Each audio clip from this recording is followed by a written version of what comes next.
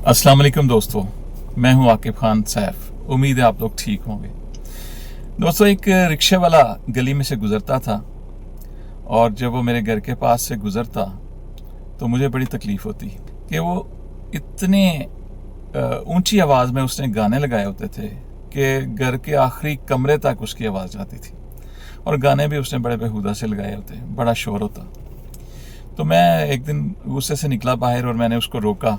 मैंने उसे कहा, भाई आप ज़रा कुछ ख्याल किया करें, ये मोहल्ला है तो आप ज़रा एहतियात किया करें, बंद कर दिया करें गाने। और थोड़ा सा मुस्कुराया, चला गया।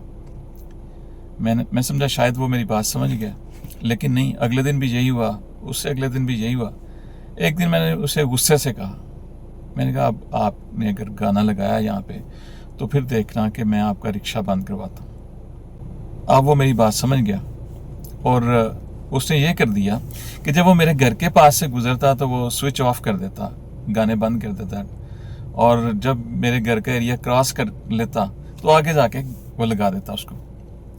तो एक दिन मैं घर से काफ़ी दूर था तो मैंने देखा काफ़ी ऊंची आवाज़ में वो गाने लगा के आ रहा है, और तकलीफ़ मुझे और ज़्यादा हुई ये देखकर कि उस रिक्शे में सिर्फ ख़वातीन बैठी हैं, यानी कोई मर्द नहीं था। और तकरीबन 6 ख़वातीन वहाँ पे बैठी हुई थी, जिनमें से 2 जो थी वो बड़ी उम्र की थी और बाकी 4 लड़कियाँ थी, बच्चियाँ थी।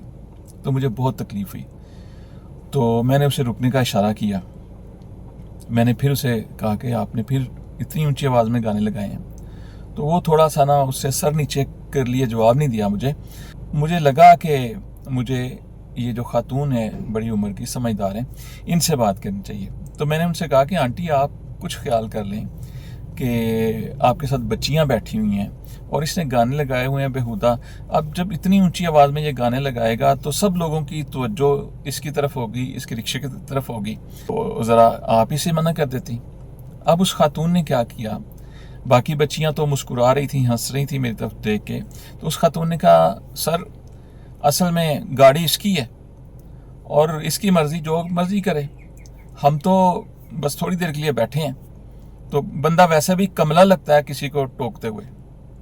अब जब उसने ये कहा ना कि बंदा कमला लगता है टोकते हुए, तो मैं समझ गया कि ये खातून जो है वो कमला अपने आप को नहीं बल्कि मुझे कह रही है कि आपने क्यों इसको टोका।